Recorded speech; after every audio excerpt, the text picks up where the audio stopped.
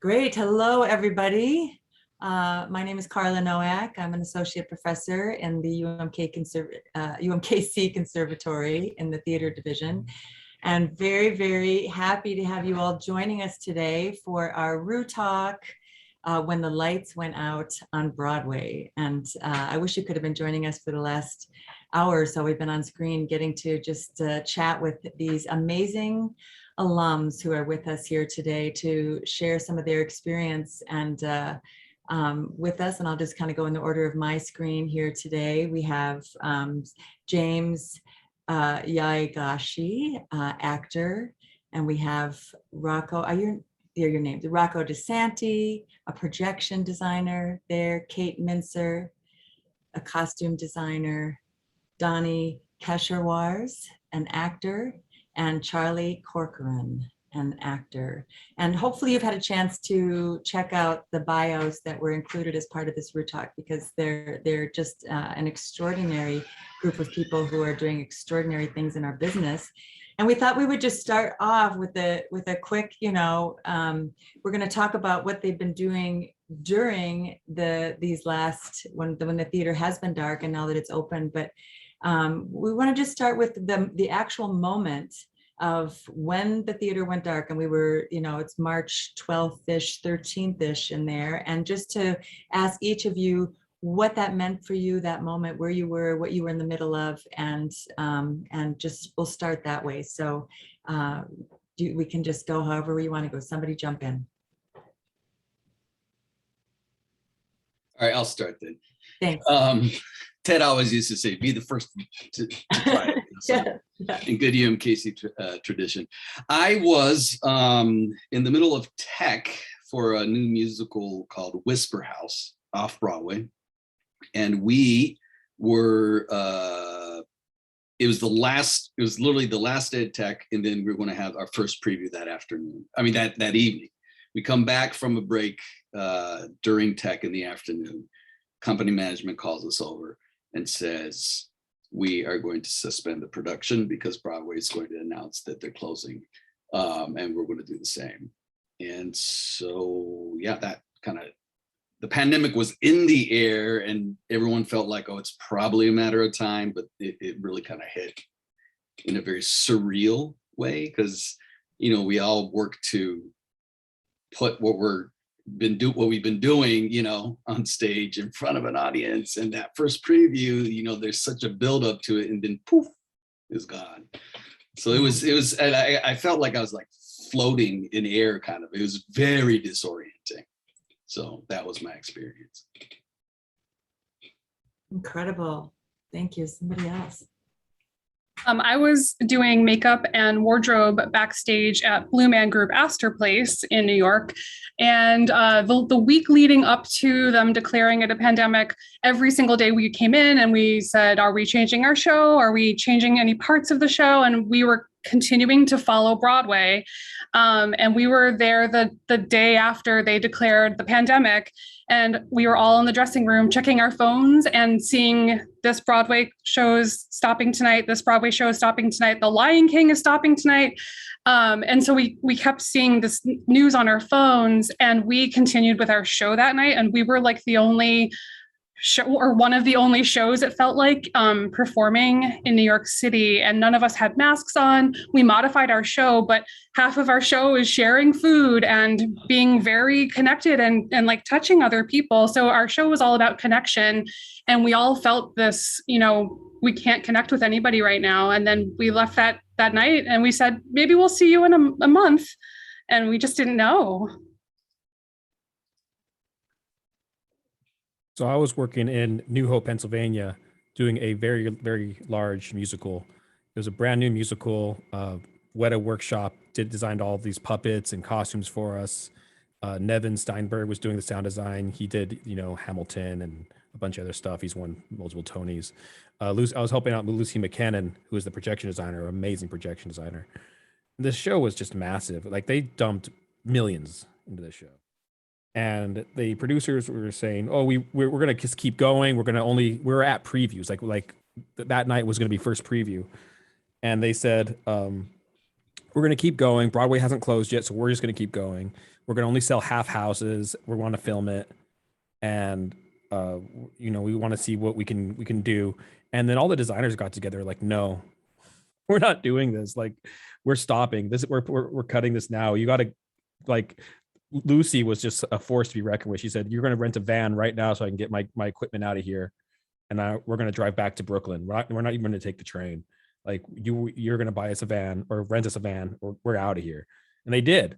And, like, because the designers stuck together, we didn't continue tech, and we stopped on March 13th, and we had one preview. This multi-million-dollar show that nobody ever saw. Unbelievable. I'll jump in here. I let a couple other people talk because I only feel quasi-fraudulent about being in a panel about when did the lights go out on Broadway for you. I haven't been on Broadway, and I had to actually Google the last time I did a play, and it was about 13 years ago. So I sort of got into the film and TV world, and not for not wanting to be there, but just haven't done a piece of theater in a long time. As we all know, acting is acting, and theater, film, and TV. I use the word interchangeably. Use those words interchangeably when it comes to acting. So I will pipe in with my metaphorical lights on my metaphorical Broadway that went off around the same time that everyone else's did. I was doing a TV show, and I came in mid-season, and I had done 2 episodes in the can, and it's on CBS, this show called Tommy, and it was supposed to be a big deal at the time with Edie Falco, and I had done 2 episodes, and I remember I was down at I have a little place in Miami, and I was down there power washing my tool shed, some kind of manly, butchy work down there, and I got a call from my manager. He said, "Don't worry about coming back." And I said, of course, the actor, little boy inside of me went, "Am I fired already? I got 2 episodes in the can." And they said, "No." And he said, "No, this is happening, what happened to all of us. And this is an indefinite hold, and take that little vacation you haven't taken in a while." So I did, and it ended up staying down there for 2 months, but that was literally how I found out. And so, but to be right in the middle of live theater, the way you guys have explained, is got to be another layer of angst. When you do, film and TV projects, as it is, it's so virtual anyway that it didn't feel like as immediate experience as it sounds from the other 2 people that I've heard from so far. So that's the beginning of my pandemic journey there. That's great. And Charlie, I don't think I said that you're an award-winning scenic designer when I introduced you. So what do you have what was this moment like for you? Yeah, it was, I was just heading into a very busy period. I had a few texts coming up, something at Juilliard, an opera, something on the West Coast, something in Germany, a show at the Irish Rep, were all happening like at the end of March, beginning and through April. They all got canceled, all those shows. And at the time, I was also working on Full Frontal with Samantha Bee. I'm the designer on that show. And we shut down immediately on that show. And I also happened to be working on a pilot for The Equalizer, which is up and running now.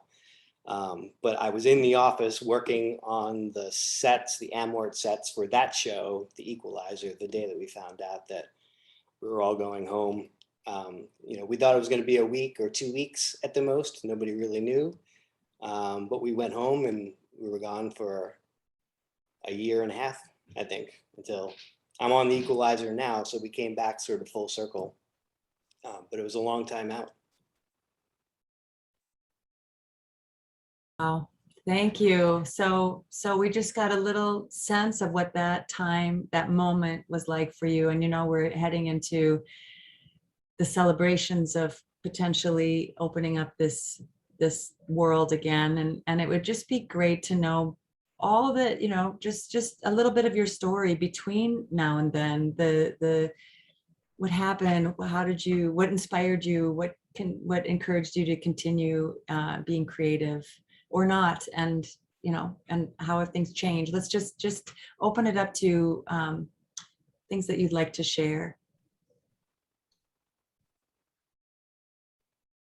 Well, I work with a company, the Irish Rep, quite often, and they approached me and said, we don't know how long this is going to last, but we feel like we need to do something. We need to create something to put out there for our patrons, our audiences, and just people in the community. So we brainstormed about what we could do, and we decided we would try and do a digital content, a virtual play. We ended up doing 5 or 6 of them, but the first one was The Weir, which we had done twice in person at the Irish Rep. So we got all those actors back together. We figured out a package of equipment we could send to them, green screens and microphones and lighting and video equipment.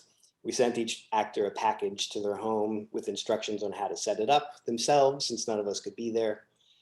And then the rest of the team created our content virtually. I created virtual sets to go on the green screens behind the actors. The director directed towards the angles of the virtual sets that I had created. And we just sort of stumbled our way through it. We would sort of see dailies and say, oh, this person's facing the wrong direction. We have to flip the set or flip the actor, or, so it was a steep learning curve, but in the end, we ended up getting out 6 shows worth of content, which was great. So my story is similar to Charlie, except for it was Manhattan Theatre Club that contacted me and said, hey, we needed to produce these plays. And the thing that was interesting is that it was most of the plays that I did were new plays by just starting playwrights, and they were, not all of them, but a lot of them were. In the end, we ended up doing about 30 plays. With Manhattan Theatre Club, second stage, I worked with Atlantic, Noise Within, and Moliere in the Park. So 5 or 6 companies, and we did about 30 shows. I did about 30 shows for them. Most of them were just editing work. And so Manhattan Theatre Club called me up and said, we wanted to do this show that we're just going to put out there and have it as a playback and not live. And so they're like, so can you do this editing? And I was like, yeah, sure. I'm really great at editing. I've never edited a full length show like that before in my life. But they knew that I was good at doing video stuff. And I actually have a lot of experience doing live streaming stuff. That was kind of a hobby of mine, was live streaming. And I did do some live shows as well. And we did some very experimental stuff. But the nice thing was I got to work with some really cool people. I could actually show you some of the days at work that I had. Let's see here. Let's put this up quick. So for example, this is a cast of some people that you may recognize: John Slattery and Bradley Whitford, and cool people. Another show I did, this was what I did for the Atlantic. You can see some of the fun people I got to work with, like John Leguizamo and Zosia Mamet, and good people. So I got to work with some really great casts this year, and people that I always wanted to work with. And really the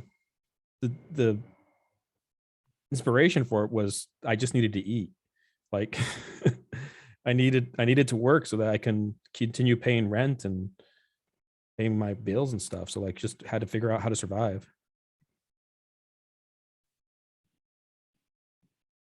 I'll jump in. For the past 8 years, I think I've been working in children's theater as well as other theater, but I design costumes at 2 private schools in Brooklyn right now. And one of them, we do 2 musicals and 2 plays throughout the year. So it's 4 shows there. And then at another one, they do a year-long study of Shakespeare that culminates in a Shakespeare production. And I think one of the things that really actually truly inspired me was we sort of met with the Shakespeare kids and we were like, well, we all have to go home now. And they all were extremely excited to still perform somehow. So they did sort of like a 2020 spring virtual production, but it was very basic. They filmed on their iPhones. And instead of my costume design that was at the school and I was going to pull, I made them DIY tutorials of, okay, here's what we're doing. You're going to make a cape from your thing in your closet. It's going to be non-sewing, but I made them little instructionals on how to make a crown from a necklace and a sash from belts. And seeing how, all of the adult actors I was working with and the adult designers, we were all feeling super serious and very scared. And seeing that kids were still excited to do storytelling actually really kept me going. And being private schools in Brooklyn, they last year they wanted to have full productions as possible, but we did the first two virtually. So just like Charlie said, we sent middle schooler and upper schoolers the full kits with the ring lights and the green screens that they had to set up themselves. And you really haven't lived until you've seen children set up their green screens on, in a dress rehearsal on Zoom. But we were able to do a musical and a play on Zoom. The kids still had a great experience. We were able to film these productions. And so for a lot of school shows, when their grandparents can't see them, suddenly they were able to share them. We had a YouTube link for the parents. And I said, I'm going to be virtual this entire time. So even if you go back in person, I'm not back in person until 2021. And they agreed. And I also approached the teachers. They have a theater tech class at that school, and they usually build the sets for the plays. And I knew that things were going to be different last year. So I just had a meeting with them and I said, look, what if I split the theater tech class with the scenic teacher and I teach costumes and you teach scenic, and then we switch halfway through the semester. So I also started to teach costume design. We did the first semester and the second semester. And I found that I really loved that. So for me, working with kids really helped, and it's something I'm thinking of for the future for myself. I'll jump in. I noticed this trend even before pandemic, as the entire world was going digital. The actors' version of that was also slowly trending that way. Virtual, digital, it became more commonplace to do the self-tape. And I come out of the program that we all came out of. It was a theater classically based program, and I'm in love with the being in the room process of auditioning and being in the room with a real person. And I couldn't get that out of my blood for years. And most of my on-camera training came from doing the work and, learning on the job, so to speak. So that part of the actor's life for me was so hard come by. I resisted those on tape, putting myself on tape for years. And then my agency opened up a little room, a little booth. I'm talking pre-pandemic, where you could go in there and do a self-tape, and it would be just somebody, not another actor working with. There was a little trend where you could bring your own actor, and I did that for a while, but it was never what I was used to. I wasn't anchored there as an actor. I'm curious to, about James and, your journey with this too, and others, but for the actor that comes out of programs like ours, just those in-person, auditions are just gold. And since I'd done so much film and TV over the years, I was like, okay, I have to sort of learn this. I never really got comfortable with it. And then I noticed, even pre-pandemic, there was a trend towards, I remember the last Broadway audition I went on was virtual. I went down to Bernie Telsey's office and put myself on tape, and I had to ask twice. I said, is this the TV version of it, or no, this is the Broadway production? And so I was starting to, the point is, I was starting to see this trend anyway. So I just, even before pandemic, I was like, how do I get used to this? Once I book, because we all know that, doing the audition and doing the job are so two different animals and two different energies. And And you only get to learn that by doing it, you know, if you came out of a theater program like ours. And so I just sort of embraced this time during the pandemic to be like, let me learn this, because it's all going that way anyway. And a buddy of mine, Dan, is a filmmaker, and he has a great setup and a great camera, and he can make me look like $1 million. And so I just started, he and I just kind of would get together, and we'd do scenes that he writes, and then we'd do little audition vignettes. And then about a quarter way through the pandemic, I guess, James, you can remind me, it seemed like TV and film productions were sort of hoping to get back on their feet. So there was a lot of auditioning going on. It was sort of an underlying like concept that it was sort of like, you could tell, I don't think these productions are being mounted. This is just like hopeful energy. Like they're going to get a cast together and sort of shelve it until they can work again. I sort of sensed that a lot because these productions couldn't really start shooting yet, but there was a lot of auditioning going on. So that, you know, I just used that time to go, oh, this is great. I can like go back to conservatory and like make mistakes and learn this thing in a way that I've never learned it. Like I finally, after these many years, got comfortable with doing the job and doing on-camera work, but I never got used to auditioning that way. And it's such a different animal that I just said, you know, we're going to have this indefinite gap of time to have to do something with this energy. Let me learn something. And so that's kind of what I did. And I actually feel like Dan and I put together a little system that I feel like, you know, is a thing now, is something that is a technique that I never, you know, felt comfortable with ever. And in terms of inspiration, I tell you what, I don't want to get too in the weeds politically here, but I'll get in the weeds politically. You know, I was inspired by the youth. We had George Floyd, we had the pandemic, then we had that administration and that administration's response to the pandemic that put us at war, you know, and the artistic war was part and parcel to that. And I saw people, the youth, my daughter's age group, and some of, I'm sure, people that are in the school now, inspiring me in a way that I haven't felt inspired about the activist part of theater and that function since I sort of learned about the group theater way back. And I was like, wow, these kids inspire me. This generation inspires me in a way that I was like, you know, because as actors, you kind of forget, like Cal Prittner, I don't know how many people were blessed to get to work with Cal. Cal talked about actors acting like actors act.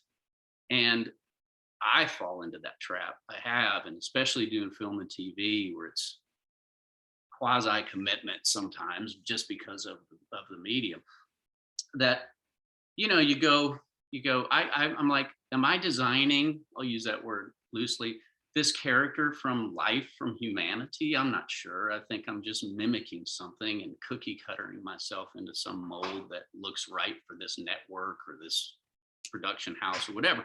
And so you fall into that trap, and I'm like, wow, I would, like all of us, watch the TV and the news every day and see real life wartime stuff going on in this country, and was just inspired in a way that I knew wartime art was going to come out of that. And so it just, you know, human beings inspired me again in a way they haven't in a long time. I mean, I've been inspired by other actors, and it's easy to lose sight that, you know, we do this to put a mirror on humanity, and mirrors are all over right now. And so it was a gift, you know. Beautiful. Thank you. There's a lot that we can talk about in there. James? Well, let's see. Boy, Donnie, to your point, yeah, it was extraordinary times. It really was. boy, a lot. It's I don't know. The whole pandemic. I can't believe it's actually been almost 2 years. It's been going. So like things are kind of like jumbled in my mind. But let's see. The audition thing that Donnie was talking about, absolutely. I feel I echo that sentiment, and you need to teach me the technique once you once we finish this, because I haven't figured it out either. But this whole self-taping thing has become the predominant, sort of mode now, and I found that it's been the silver lining of that all is the ability to be able to sort of actually look at what you're doing and then hone it in a way that you couldn't when it was a one-off when you go into the casting office. So that's interesting. But yeah, I'm trying to think, so the theater shut down. That was March of 2020, right? Is that right? Yes. Yeah. So I think everybody, it seems, my impression was that like there was that initial sort of like shock and stunned reaction of like, what do we do? And I feel like, and everybody I talked to was kind of in that boat. And then after a month or two, it seemed like, certain creatively active people actually started, just, taking the bull by the horns and saying, okay, this is new reality. Let's see what we can do. One such person was the artistic director of the Maui Theater. He approached me fairly early. I think it was like in May, maybe April. He's like, look, I wrote this short script, and it's going to be an exercise of how to do theater when you can't do theater. And it was cool. His idea was he was going to have, he made it, it was a puppet play. And the actors would record in New York individually. So they send equipment to each of our places to record. And then he had puppeteers in the Midwest in Chicago. I don't know if anyone's worked with Tom Lee. He's a wonderful puppeteer. But anyway, he and some other guys created the puppets. And then they quarantined in a barn in Wisconsin. So they could work together in a closed space. And then he hired a cinematographer who usually does film to film the piece. And so, from beginning to end, it ended up being a pretty long process. I was involved initially with the voiceover part. And then so that was like, I think we recorded maybe in June or something. And then it wasn't all done and edited, finished until this past summer, I think, maybe June or July. So it was a long process. But when it came out, it was really cool to see something on screen, on your TV or on your computer or whatever, that was very different from sort of TV and film that you usually see. It was very theatrical, and it was nice to the Times reviewed it actually, and kind of basically came away with the same sort of reaction of like, this is some really cool stuff that the limitations of the pandemic has given birth to. And you have theater artists who are usually working in time and space, right? Who are having to figure out how to navigate this time when you don't have, the space and time as we are familiar with in terms of storytelling on stage is not, the way that it is anymore.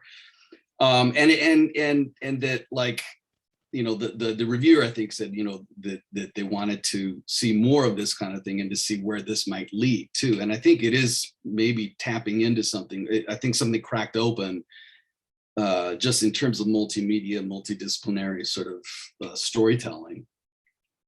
I also have been doing I do voiceovers from time to time, and I booked a new Netflix animated series playing a character on that, and that's voiceover. But that too was something where they sent me initially. Actually, they were trying to use studios, because this was, like Donnie was saying, like, you know, the TV, film, and sort of the media world began to kind of open up. I think was it the fall, maybe like a year ago, like last September, October-ish or something, auditions started happening and things actually started, you know, being shot. And so this Netflix thing I got it came around that time. And I was initially doing it at a studio, and, you know, there's the whole testing protocol, you know, you got to get tested so many times the day of, the week of, you know, before, and this and that. And then I would go in and, you know, record and leave. But then eventually they're like, you know what, we're going to send you equipment. We want you to record at home. And, you know, I'm like, I don't have a studio, but they're just like, okay, so just set up in your closet. I was like, I'm in a New York apartment, you know, I don't have a lot of closet space either. You know, I didn't makeshift, whatever. At least, and he's like, if you can at least position the mic in the closet, then you'll be good, you know, like, and that's the way I've been doing it, the remainder of the episodes. And I've noticed that, like, you know, one of the changes sort of, I think, in the industry for voiceovers is that they seem to be sticking with this sort of home studio model, which I think can cut both ways. It's great in the sense that, you know, you can do it wherever, but, like, you know, if you don't have the space, if you don't have the equipment, you know, if you don't have the know-how to operate the software, it can be really challenging. And it might be an added sort of thing that actors have to sort of learn and put in their tool bag, you know, moving forward, because it seems like, at least with the voiceover industry, that's the way that, you know, things are going. Yeah. It would be great. Sorry, James, just that idea of the pandemic limitations that led to this creativeness. And obviously you are all sitting here to tell us about how you've remained creative, and yet you've brought up words like, you know, Kate, you're talking about the fear and the seriousness. Rocco, it's like, how am I going to eat? There was like a real, you know, soul searching and dark moments of the soul that you each went through to get to this. What other things were given birth during this period, or that students now, you know, we should be looking for trends? You know, where are we headed? Kate, were you going to say something? I mean, I do think that I feel like in like April or May of 2020, everyone was saying there's no way there's going to be virtual theater. No one's going to want it. But I think we see that people will want this, even if it's partially, you know, a virtual audience. We also were able to reach a different audience who might not have been able to attend the theater. And, you know, that might, I think people have streamed the Metropolitan Opera shows for years, and that works. It causes a lot of extra work for us in the room, because you're doing a live performance and then you're also filming and getting different angles and different lighting and everything. But I honestly believe that there's still an audience for that, and I think that's just going to make sense to even be prepared, just whatever the next one is, or whatever. I feel like one of the things that UMKC honestly equipped me with is to be really flexible. I think that when you come across UMKC people in New York City or wherever, they seem to have a lot of, you know, tricks in their bag, right? So it's not just like you go to school and you study this one thing, but, you know, you can adapt. And I think that's hugely important. And I think that's something that certainly kept, you know, my head above water. I think it kept a lot of people's head above water, versus thinking like, my whole industry is gone, it'll never come back. You just have to sort of change your mind a little bit. And one thing I've always been interested in, even since I was a student, was the possibility of designing for video games. But at the time, I didn't have any sort of digital graphic skills. And I got a stylist in the beginning of 2020. And during this time, I've been practicing doing costume designs with my stylist, and I'm so trained, you know, to paint and draw with you know, hand drawing, like very old school, like we were taught. But I'm finding that I can sketch really fast on a stylus, just for fun and just for like my, just happiness. I wrote and illustrated an RPG video game just for our friends to play. And so that was like something that that we would do in a charrette. I feel like that, video game design versus theater design. But I feel like what we do is storytelling, and people have been storytelling before there was technology. We will continue to do storytelling. And even with, TikTok, which is its own thing. I mean, there's definitely, especially with young people, they want to express themselves and they want to be creative. And I think that being open and being flexible and sort of remembering the skills that you have, even if they're just in the back pocket, I think all of that is hugely important, especially in emergency situations, when you have to rethink. It would be I just had this thought as you were talking about the adaptability there. It would be interesting to have Felicia Landre's point of view on some of if there's a historical equivalence. There must be a few of events like these that shaped theater in these very weird ways. I just thought of it just now. I'd like to know from somebody that knows that. And I'm sure she'd have several examples ready for you right at the tip of her tongue. I'm sure she could enlighten us all, as she always does. But it's just what I'm learning and listening to here and feeling here is that we're in as we know, the world at large, but our microcosm is in an equivalent place of change and revolution. And as our artists do, we ride the wave of positivity of that. And but it's interesting. I wonder if I wonder what things now that we're just to talk what things like the Black Death must have done in its apex to our people and I have to ask, was when you were all students here, as it's a mantra here at UMKC, deal creatively with change. That's just something that I hear a lot from the design, all the faculty. I wish Felicia was, Dr. Laundrie was here with us to give us more of that perspective. And yes, she would gladly.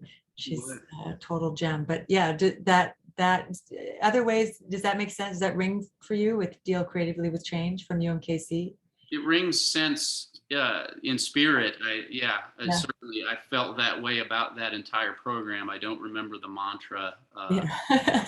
Charlie, were you going to say something? Yeah, I was going to say Johnny Zell, my professor, would say that almost every week. And so inevitably, whenever I'm up against a challenge, the mantra bubbles to the surface, and it was great advice. And in this business, you're always throwing a curveball, so you always have to adapt in some way or another. Like even during tech, a director doesn't like the color of a couch. Adapt, deal creatively with change. We need another door. Adapt, deal creatively with change. So, I feel like UMKC sort of prepared us for this in a way. Yeah. I certainly always felt a sense in general about that program that it was, and I felt the sense innately without having a historical reference, and I feel the sense now with a historical reference, that it was a group of and I mean across the board in all of our, in all of these different areas, it was the group of the best housed in this Midwestern place, so far off the grid of these big, New York, LA concerns, that there was something special about that. It was a place where, and I mean this in the best ways, you were allowed to make mistakes and learn from them. And it was encouraged. It was encouraged because that's where the humanity was going to be found. And it wasn't about, this is early before, I'll just say the name. This was right after high school. I went to the American Academy of Dramatic Arts, and it was a 2-year or a 3-year program. And it was my first real training. And I dropped out after a year because I was like, these people are just teaching me how to sell myself. And that's important. It's not unimportant. But I wanted to learn the nuts and bolts of the craft, and you know, a place like we all came from, it was so craft centered, that, you know, my version of your, Carla, that statement, that mantra Mhm. is anchored in that place. Awesome. Rocco, what were you going to say? You were asking about what is changed for good going Uh-huh. forward. And I see a few things that are going to be different from now on. One thing is, in terms of play development, an important tool in play development is the play reading. And we're going to see more of those being virtual from now on. That's here to stay. When I did the shows for Second Stage, that was all based on these donations that are now permanent. They got enough money that they are going to be doing new play readings every year, and they're going to be virtual. And they are produced like pretty well. Like they all have, like, you know, they're all on green screens. We're doing virtual backgrounds. We're doing professional sound design behind it. Like they're being produced to be really interesting things that are going to be fun to watch. But that's permanent. We're gonna see that happening more and more. The other thing is production meetings are gonna now have a virtual element, which is gonna be great, because I just can't stand going into the city, traveling an hour to get to a meeting, be there for 45 minutes, and then coming home and then working again. That takes 2 hours out of my day. And what's interesting about that is everybody in theater are starting to value their time more. And that's something that we are kind of like figuring out, that, hey, our time is worth more than what we're actually getting. And so we have this big movement right now that's trying to get rid of the 10 out of 12s. We're not going to be doing 10 out of 12s anymore. You know, and honestly, if a theater tries to hire me and says, hey, we're going to have 10 out of 12s these days, I'm going to say no. Because the 10 out of 12 for a designer isn't 10 out of 12, it's 14 out of 16 minimum. Sometimes it's more. Sometimes it's 15 out of 16 hours. Like that means like you're at the theater for 16 hours and you're working for 14 or 15 of those hours. And that's multiple days, and it's just not going to happen anymore. We're not going to do it. And actors are feeling the same way, and the crew's feeling that. You saw it in they had that big walkout this year with that theater in, which theater was that? Williamstown. They had that big walkout this year, and you're seeing it with IATSE right now. They're about to go on strike because their time isn't valued. Everybody's going to value their time more because they're seeing how important it is to have time, because we got to stay home and we got to realize what we were missing.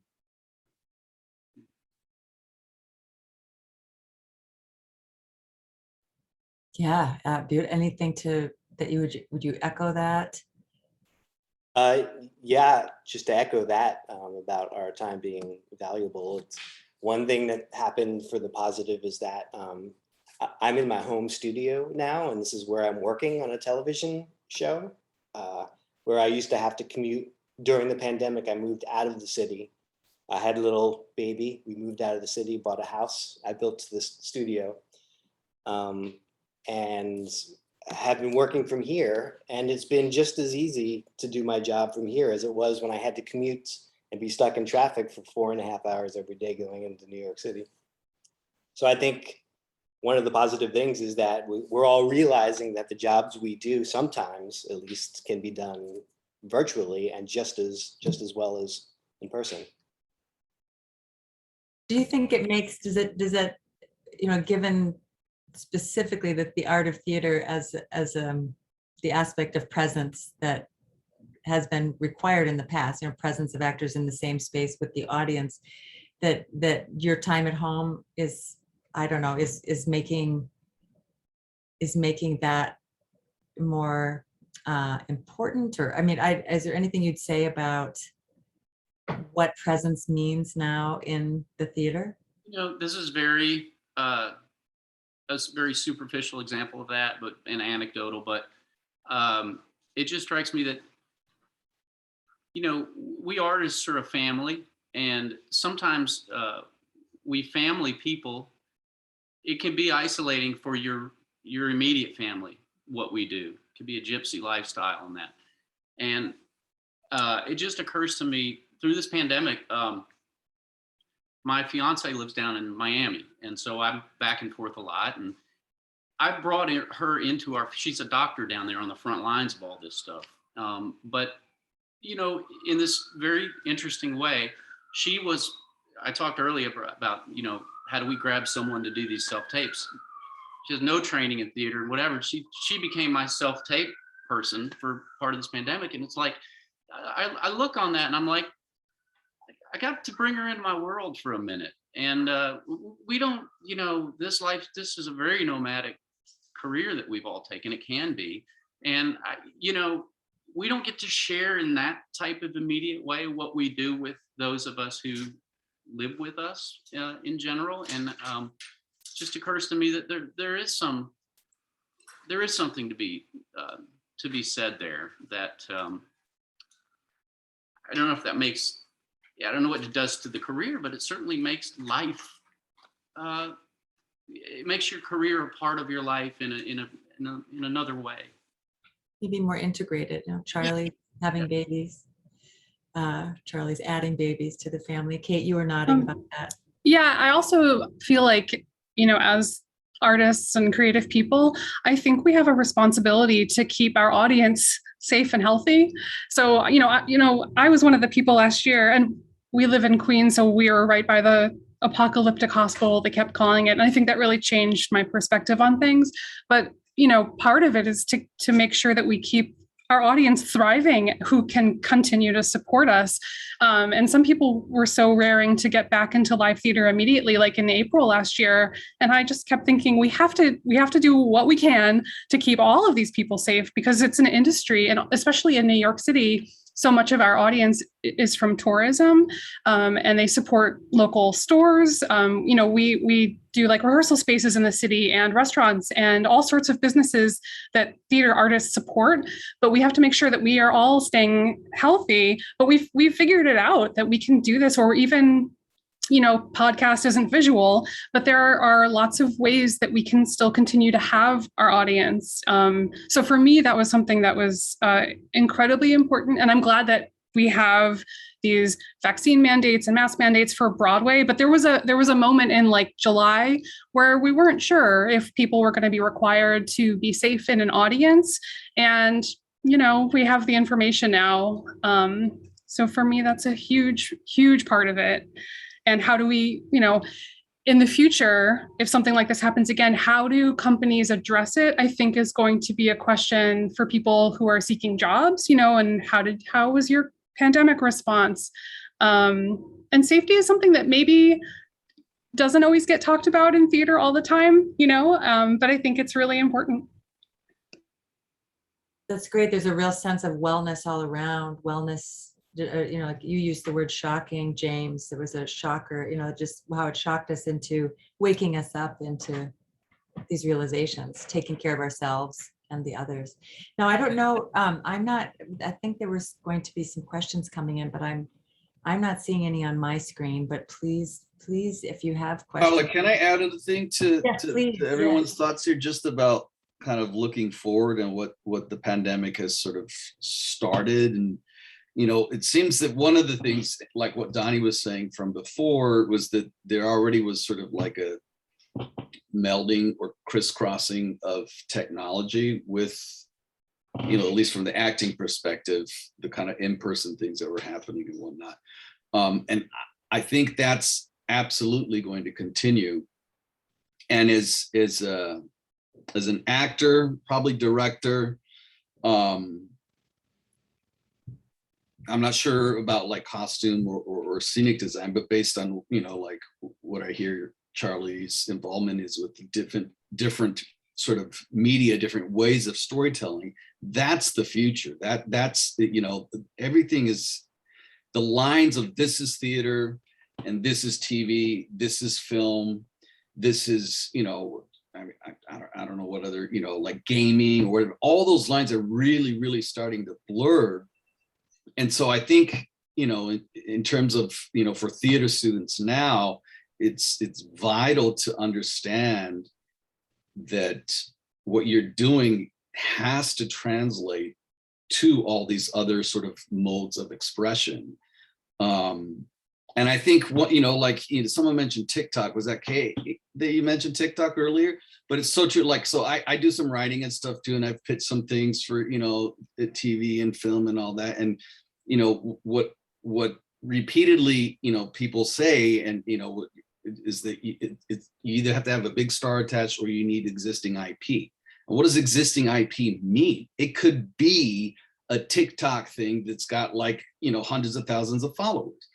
Anybody can do that, you know, and it's like, you know, using Instagram or whatever social media, like there's sort of, you need to explode, you know, your mind a bit to realize now technology offers all these incredibly diverse ways of expressing, you know, regardless of what your, you know, quote, you know, specialty is or not. And I think that's a super valuable thing to sort of put away in your consciousness as a storyteller, regardless of your discipline. But to the, I agree with everybody, echo everything James and Kate said about that. But to go back on the flip side and to take a little of fear out of that, it's all just storytelling. Yeah. It's all a very simple place, and we're trained well for that. That nugget will never go away. So all this stuff that we were trained for in the rudimentary, the old-fashioned way, will never go away. What you get out of this program that you guys are in, some of you, it goes way back for a reason, and that's because it will never disappear. And so, not to be afraid by this new, as James put it, melding of technologies. There are a lot of bubbles coming together, but they will never replace the human component which you learn. One of the most interesting things I saw pop up during the pandemic was this a totally new type of media, which was the Zoom escape room. I don't know if any of you saw that, but like they did audio ones and they did video ones, you know, where it's just like a person who was a narrator that was your guide in a make-believe escape room. It was kind of like taking the model of like role-playing games like Dungeons and Dragons or something like that, and packaging it up so it can be more commercially viable to people that don't know what that is. And like, that's new media. Like that didn't exist before. And it had aspects of improv, it had aspects of problem solving and storytelling. It was just kind of cool that it's a new thing. That, and again, I'll go to my microcosm of acting. There is a coolness about a generation of people that by proxy are just camera ready by the time they get 18. They just know it. They're comfortable on it, in it. They know how to produce shit. It's just exciting to look at it that way. And as James said, it's coming, so jump on it. That's all I had to say about that. Yeah, I keep wondering, this is a question I've had for a while, but I keep wondering if Twitch could be considered theater, right? Because you have an audience, it's in real time. It could be storytelling because some of the people on Twitch are artists or storytellers or whatever. And, you know, it sort of breaks my brain a little bit, but is it? And I don't know, but maybe it is, who knows, you know? It is to someone, whether we like it or not. So. Yeah, right. It's such a great question. What is theater now? I don't know what Twitch is. You know, but you know, I tell you what, like, having now finally the theaters reopen, the first theater, like a real production I went to after everything got shut down was the Merry Wives in the Park, which was wonderful. I was outdoors. And then the first indoor show I went to was when Broadway just started open. I went to the first performance of Lackawanna Blues at MTC. Also wonderful. And my wife and I were talking after both of those experiences of just how good it was to be back in the theater. But what that physical experience does for the audience is something that cannot be replicated outside of coming together in the same time and place. And it kind of served as an encouragement, sort of with the backdrop of everything we've been talking about, how things are kind of crisscrossing and there's exciting new stuff happening, but there still seems very much to be a role for theater as we have always known it to happen. And particularly I felt that from an audience's perspective, having gone back as an audience to the theater. It was so wonderful. And I think it was very encouraging because it really felt like, man, this is like Donnie's saying, it came, way before us, millennia, and it will continue. I have no doubt, it's a special thing, the theater. Yes. Can you see the questions that are coming up, panelists? I can't. Is there a button? The Hamilton on HBO was a huge success. Do you anticipate more popular touring shows following suit? Oh, I mean, it's already happening. There was a platform that existed before Broadway HD. So I have a show on Broadway HD, Incident of Vinci, that I did at Signature. Like, you can watch that whenever you want, and eventually some of that money is supposed to come to me. I don't know if it will or not. But yeah, I think we're going to see more of that, and we're going to see when the larger platforms start doing it, like Disney, we're going to see more of that happening. Absolutely. Speaking of money, right? Oh, were you going to say something, Kate? Oh, I was looking at the next question, but I don't. Yes, speaking of money, yes, that's. So I'm just looking at that question, and it says, what are some suggestions you have for young generations to keep their passion creating the arts and also pay for their life, right? Can we actually make money by doing only theater?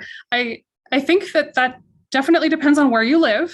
So I will say that for people who want to move to New York City, like I did in 2008, I think the advice that they gave us was save about 3 times as much as you think that you'll need.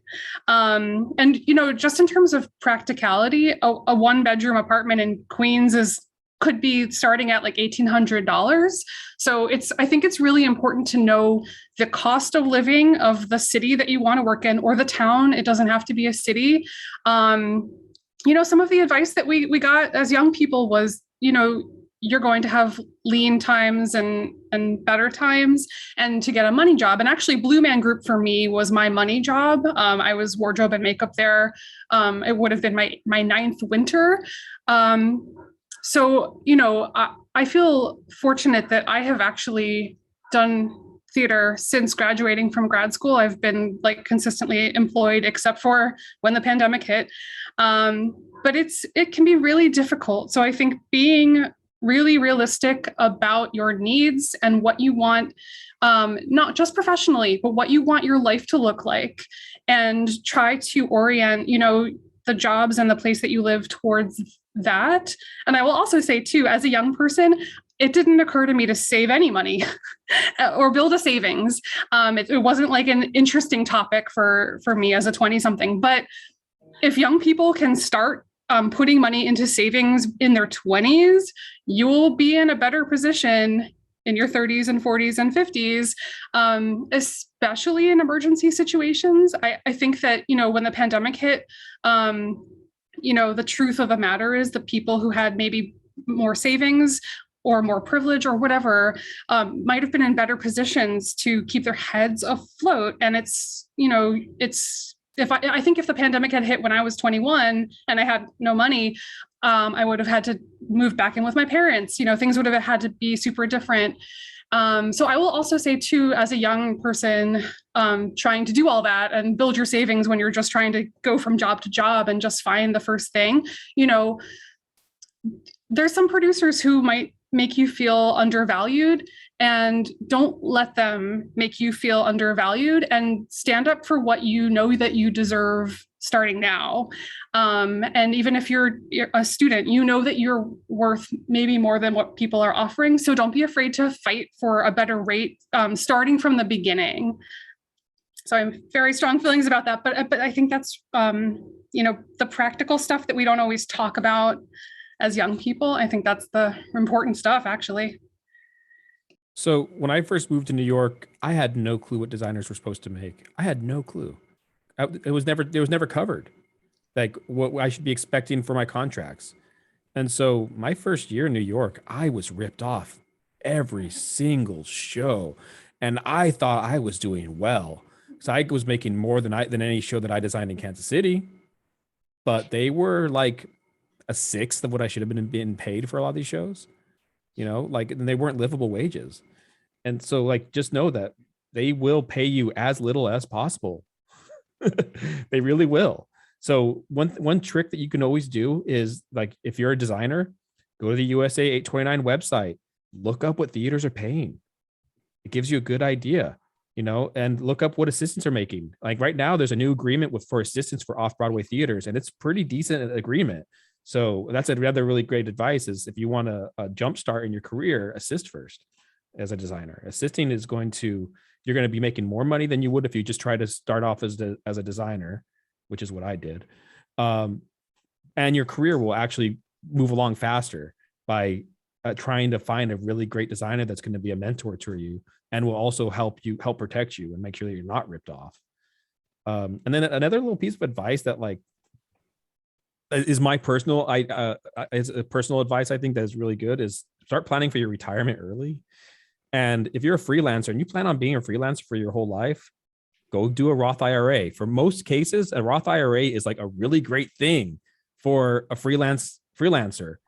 If you're not making gobs and gobs of money, then a Roth IRA makes a lot of sense. And talk to a financial advisor that can give you advice on that of whether or not it's right for you. But I think it's something that I wish I would have started earlier, because it's important to plan for your future if you're going to be a freelancer.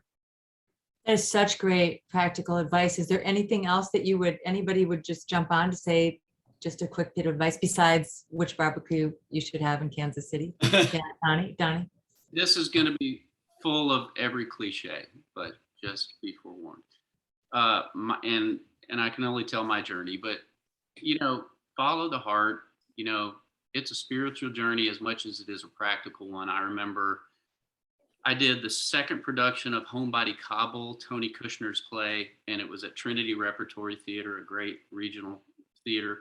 For Oscar Eustis ran it at the time. Tony Kushner was involved, and then they did a tour. That production ended, and they did a tour of Steppenwolf or Goodman, and then like Berkeley Rep or some really great reputable spots. And Tony Kushner asked me to do recreate my role for that tour. And in the meantime, I had booked Tony and Tina's wedding, the movie. And I remember making the phone call to Tony Kushner saying thank you, but no thank you to Tony Kushner. And, the spiritual part of it was I had done it already. The practical part was I want to do some film and TV. And then the other practical awakening was when I got my paycheck doing a week on a film, and I looked at it and it would have been like doing the whole run of the play, and I was like, so that exists, but it has to be dictated from a spiritual place, or it does to me. And I know James has been so talented and fortunate to be able to thread that needle between doing Broadway and keeping that career alive, and then doing a film and TV career. It's a navigable place for an actor, but to me, it's got to come from in here. And I remember, a parallel journey with that, quitting my day job when I had no business quitting it. I didn't know how I was a bartender here in this city for years. And one day the spirit was just it couldn't take it anymore. And I had no job coming in. And I think I shortly, right after that, booked my first Broadway show. So I think because we're spiritual animals, the artist is, don't lose sight of that. Take some of those risks, as well as the practical advice you're getting about IRAs, which I still need. Hey, can I piggyback on that just real quick? And I can only speak as an actor. I'm not a designer. I'm not so I can't speak for other sort of Same here. disciplines. but I absolutely agree with what Donnie's saying. And also there's no shame. There's no shame in having a quote day job while you're doing everything else. I don't know. I honestly do not know anybody who, like, for example, the question I think was, is it possible to make make a living just in theater? I don't know any actor who only does theater. I've been doing this for almost 30 years. It's just not. There used to be the regional theater model, but even those are gone. And even regional people who were in regional theaters were doing voiceovers or commercials, and it's just the reality. And you should, it's hard not to get discouraged and think that I should be, only making money being on stage, but nobody does that. It's not possible. And so there's no shame in having to do something else so that you can sustain your spirit, as Donnie's saying. And the thing that, this is sort of, Donnie's maybe more of an optimist than I am, or I'm a cynic or whatever. I compare it to like a drug, like we're addicts.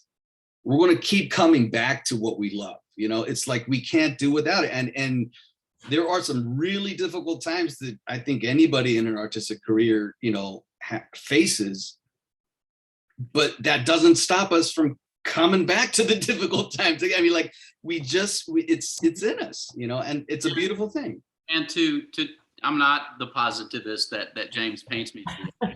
Just play one on TV. But to give it the positive spin, the addiction is there, but it's also a war. It's also a war. And we're in wartime, so we're prepped for it. And but everything we do is a war. From putting on a production at the Black Box is a war. These are all battles, and you navigate them like a warrior, and you'll make the right choice. And UMKC prepared you to be warriors. Absolutely, that was. Oh, thank you. Is there anything else that anybody's burning to say? Otherwise, I want to honor your time and just say thank you for giving us your energy and for continuing to do UMKC proud and dealing with creatively with change as you're doing. So, thank you very much. We'll keep watching for you. Yes. Nice talking with you all. Yes. Take care. Take care. Bye.